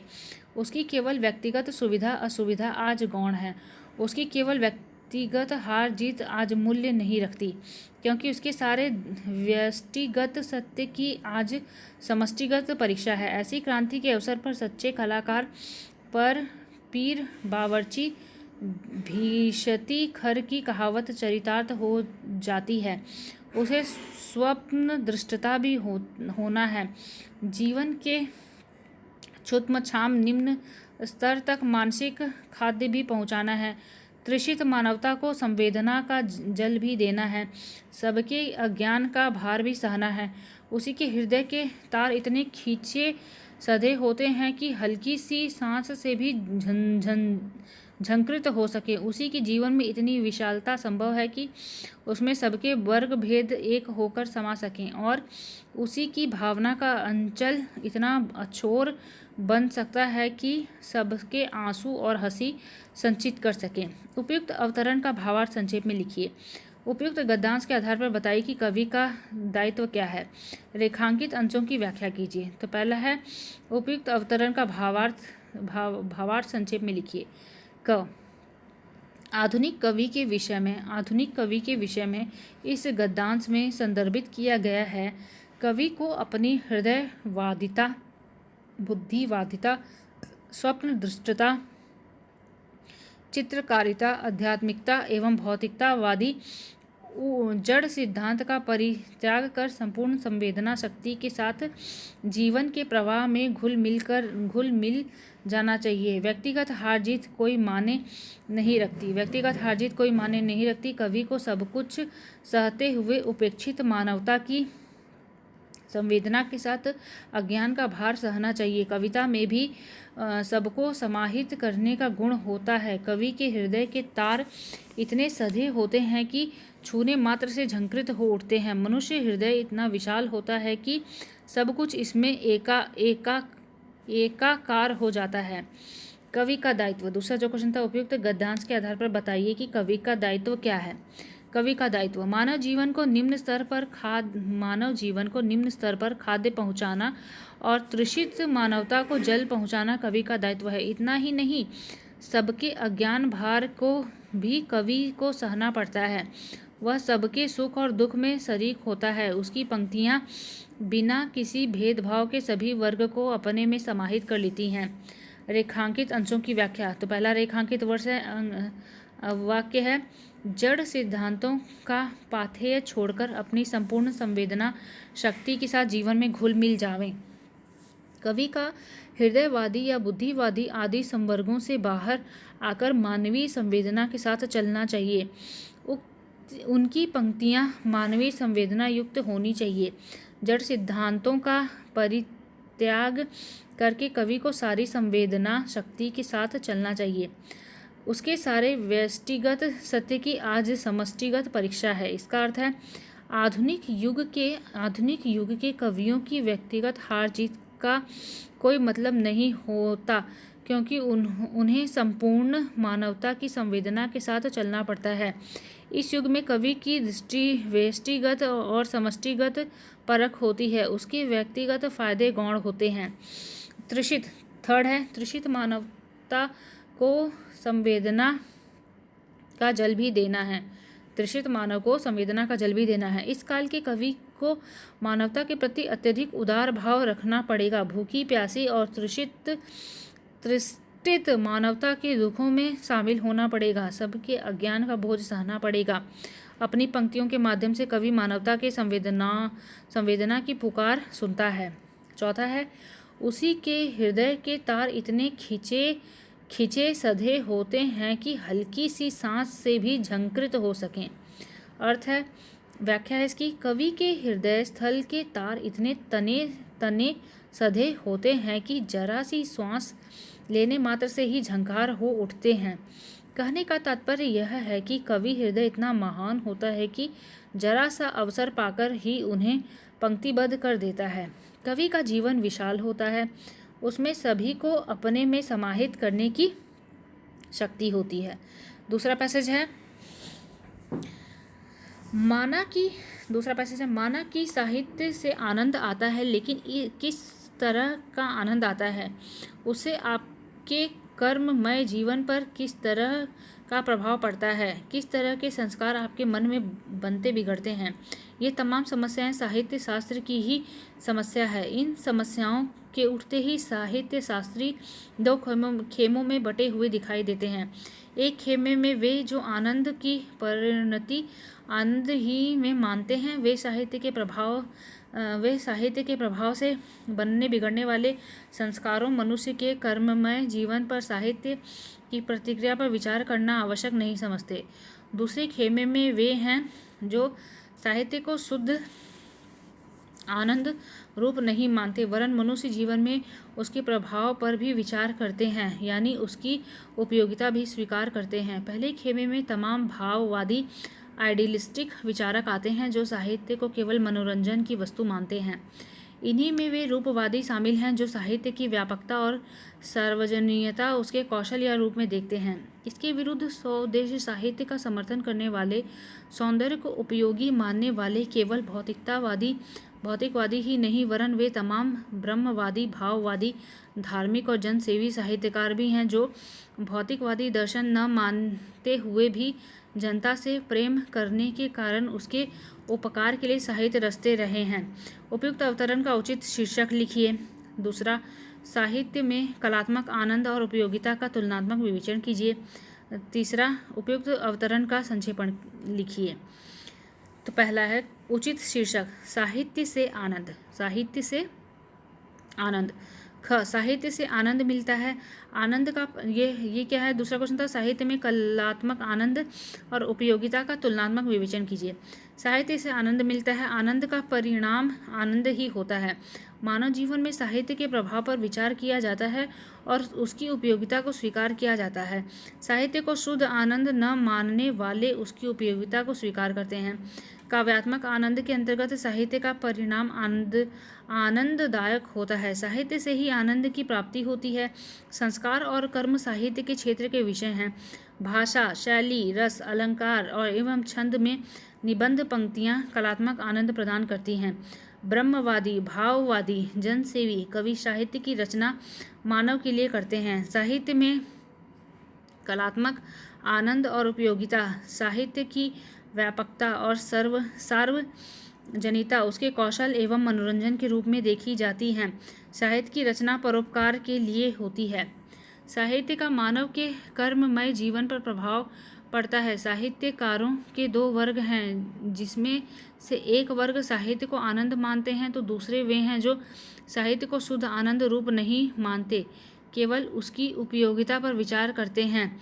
वे साहित्य के प्रभाव से बनने बिगड़ने मानव पर साहित्य की प्रतिक्रिया के संदर्भ पर विचार करना उचित नहीं समझते। साहित्यकार का उद्देश्य इस सांसारिक दर्शन को न मानते हुए मानवीय प्रेम की अनुभूतियों को मार्मिक अभिव्यक्ति देता है।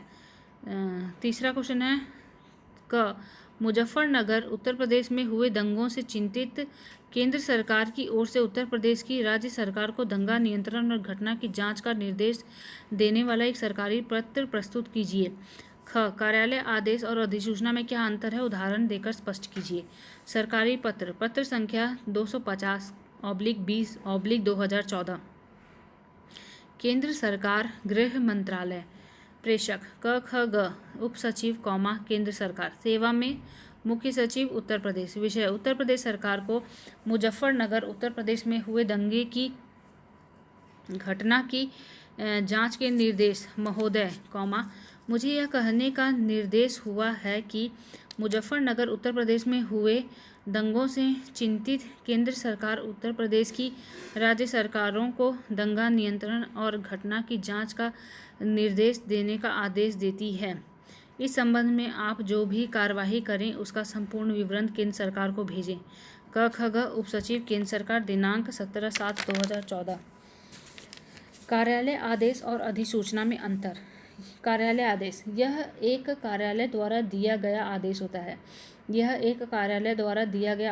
अधिसूचना, यह किसी विषय के संबंध में आधिकारिक सूचना होती है। यह कार्यालय आदेश, यह एक कार्यालय होता है। अधिसूचना, यह कभी कभार जनता से भी संबंधित हो सकती है। कार्यालय आदेश, इसकी भाषा सुस्पष्ट एवं सरल बोधगम्य होती है और अधिसूचना, इसकी शैली विधिक और टकसाली होती है। कार्यालय आदेश, यह एक कार्यालय से दूसरे कार्यालय के मध्य पत्र व्यवहार के रूप में होता है। अधिसूचना, यह सरकारी गजट में प्रकाशित होती है। कार्यालय आदेश 5वां, इसमें विभागों तथा मंत्रालयों के नाम बाएं तरफ लिखा होता है। अधिसूचना, जबकि अधिसूचना में विभागों एवं मंत्रालयों आदि का नाम दाहिने तरफ लिखा होता है।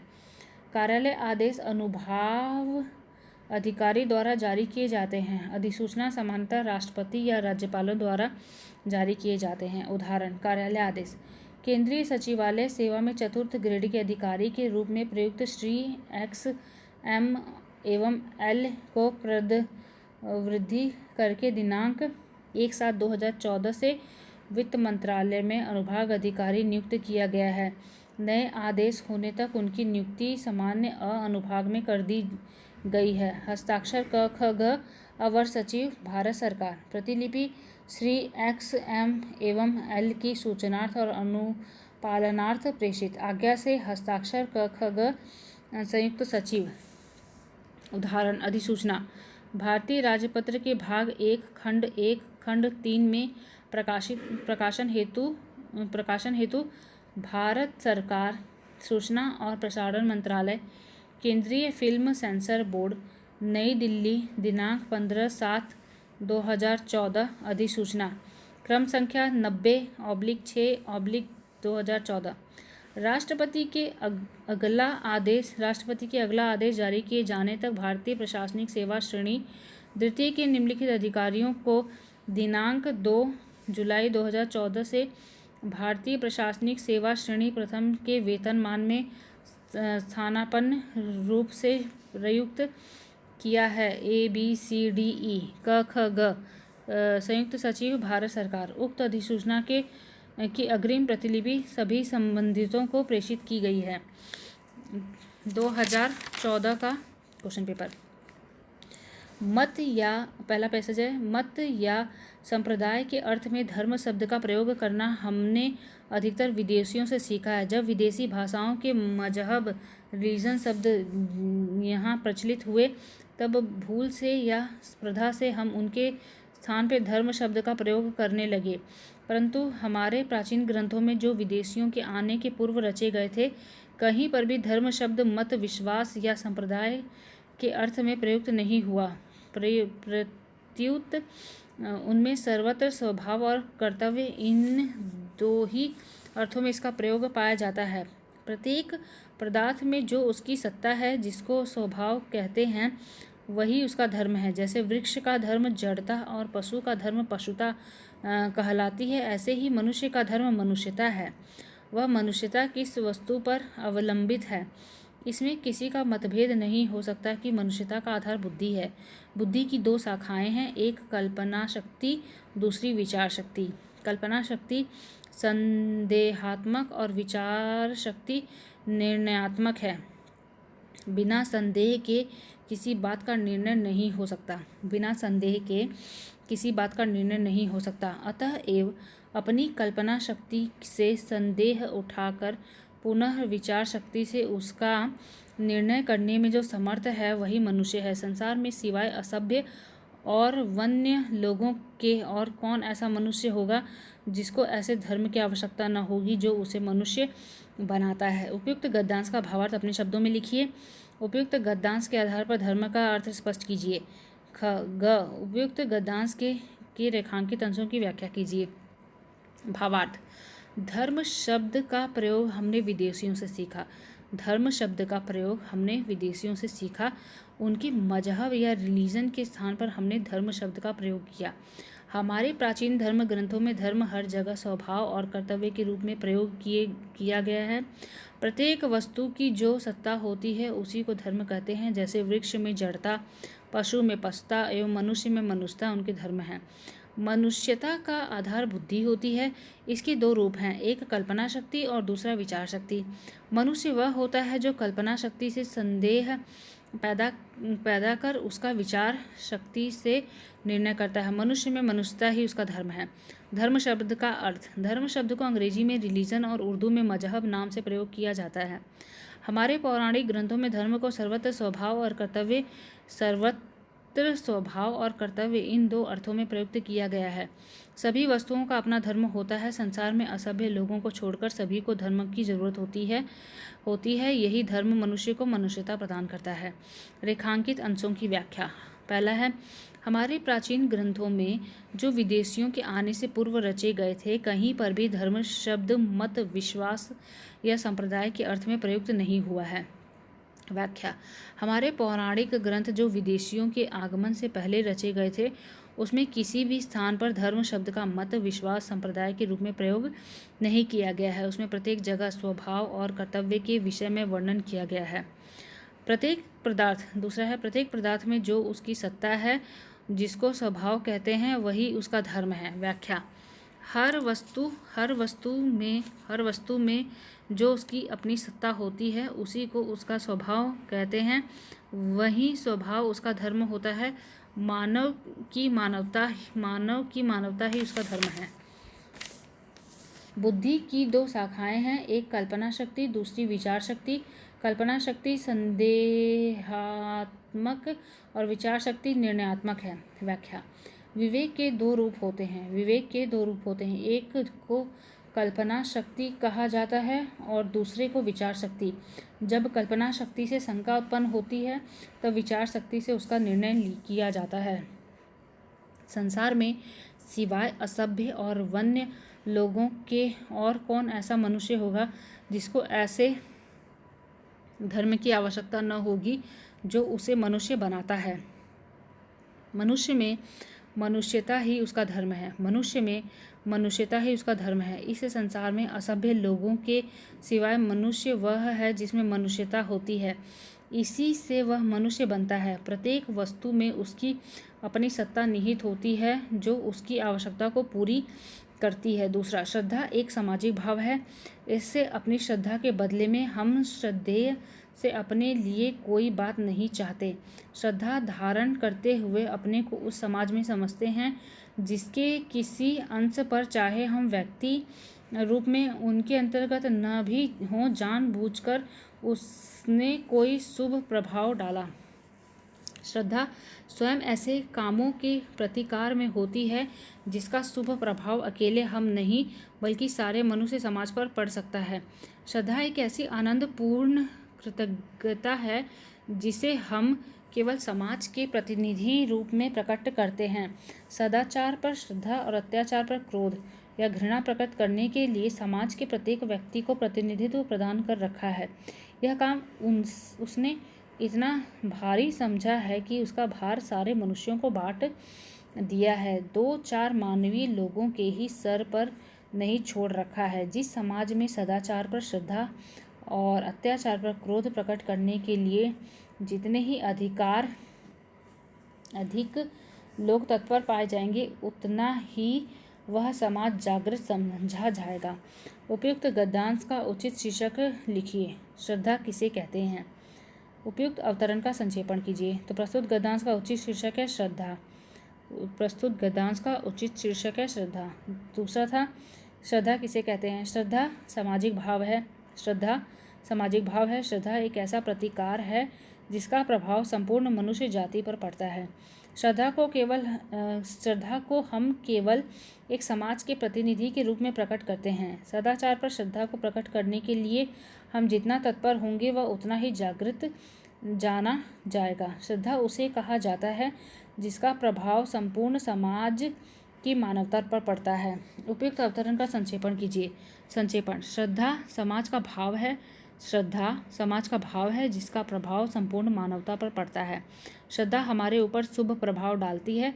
श्रद्धा का प्रभाव पूरे समाज पर पड़ता है। श्रद्धा को एक उपकार के रूप में देखा जाता है जिसे हम एक समाज के प्रतिनिधि के रूप में प्रकट करते हैं।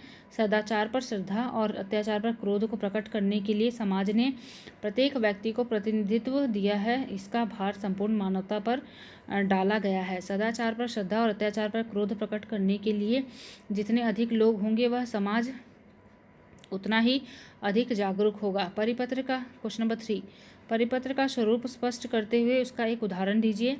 ख, अधिसूचना किसे कहते हैं? उदाहरण देकर स्पष्ट कीजिए। परिपत्र का स्वरूप: शासकीय पत्र व्यवहार की अवधि में ऐसे भी अवसर आते हैं जब एक ही प्रकार के आदेश, अनुदेश अथवा सूचना कई मंत्रालयों, विभागीय कार्यालयों आदि को प्रेषित करने पड़ते हैं और इन पत्रों का प्रेषक एक ही होता है। मात्र संबोधनार्थ संबंध अधिकारियों अथवा विभागों के नाम दिए जाते हैं। अलग अलग परिस्थितियों में शासकीय पत्र अथवा कार्यालय ज्ञापन परिपत्र का स्थान ले लेते हैं। शासकीय पत्रों की भांति परिपत्र भी तैयार किया जाता है। शासकीय पत्रों की भांति परिपत्र भी तैयार किया जाता है। उदाहरण: पत्रांक 70/13/14 भारत सरकार वित्त वाणिज्य मंत्रालय। प्रेषक: डॉक्टर कमल IAS, अपर सचिव, भारत सरकार। सेवा में प्रसार भारती निगम, नई दिल्ली। विषय: प्रसार भारती कार्यक्रमों में कलाकारों के दिए जाने वाले पारिश्रमिक वृद्धि के संदर्भ में। महोदय, मुझे सूचित करने का निर्देश हुआ है कि प्रसार भारती कार्यक्रमों में कलाकारों को दिए जाने वाले पारिश्रमिक में अभी वृद्धि नहीं की जाए। आपका प्रस्ताव विचाराधीन है। उपयुक्त समय आने पर ही हम कोई सकारात्मक निर्णय कर सकने की स्थिति में आएंगे। आपका विश्वास पात्र क ख ग डॉक्टर कमल, अपर सचिव, भारत सरकार। अधिसूचना: शासन की ओर से जो घोषणाएं केंद्र अथवा राज्य सरकारों द्वारा उनके गजटों में प्रकाशित की जाती हैं वे अधिसूचना कहलाती हैं। अधिसूचना का प्रयोग जनसाधारण की सूचना के लिए अथवा महत्वपूर्ण निर्णयों जैसी नियुक्तियों, नियुक्ति, स्थानांतरण, अधिनियमों में संशोधन आदि के प्रकाशनार्थ किया जाता है। भाषा सदैव अन्य वचन पुरुष में होती है।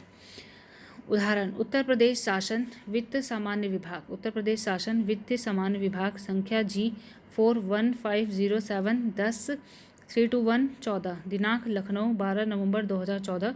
अधिसूचना प्रकीर्ण। संविधान के अनुच्छेद 309 के प्रतिबंधात्मक खंड के अधीन अधिकारों तथा इस संबंध में अन्य सभी समर्थकारी अधिकारों का प्रयोग करके राज्यपाल वित्तीय हस्त पुस्तिका खंड 2 भाग 2 में दिए हुए फंडामेंटल नियमों में संशोधन करने के लिए निम्नलिखित नियमावली बनाते हैं। संक्षिप्त। पहला, संक्षिप्त शीर्षक तथा प्रारंभ। 1. इस नियमावली के उत्तर प्रदेश फंडामेंटल नियम वेतन अभिनवनीकरण समिति वेतन प्रथम संशोधन नियमावली 1968 कहलाएगी। यह नियमावली 1 दिसंबर 1966 से प्रभावी होगी। नियम 17 में प्रतिबंधात्मक खंड का बढ़ाया जाना। फंडामेंटल नियम 17 वित्तीय हस्त पुस्तिका खंड 2 भाग 2 में वर्तमान प्रतिबंधात्मक खंडों के बाद निम्नलिखित प्रतिबंधात्मक खंड बढ़ा दिया जाए। संख्या G4-1507-10-32114 प्रतिलिपि उत्तर प्रदेश के समस्त विभागाध्यक्षों तथा प्रमुख कार्यालयाध्यक्षों को सूचनार्थ तथा आवश्यक कार्रवाई हेतु पूर्ण विराम। आज्ञा से सहायक सचिव।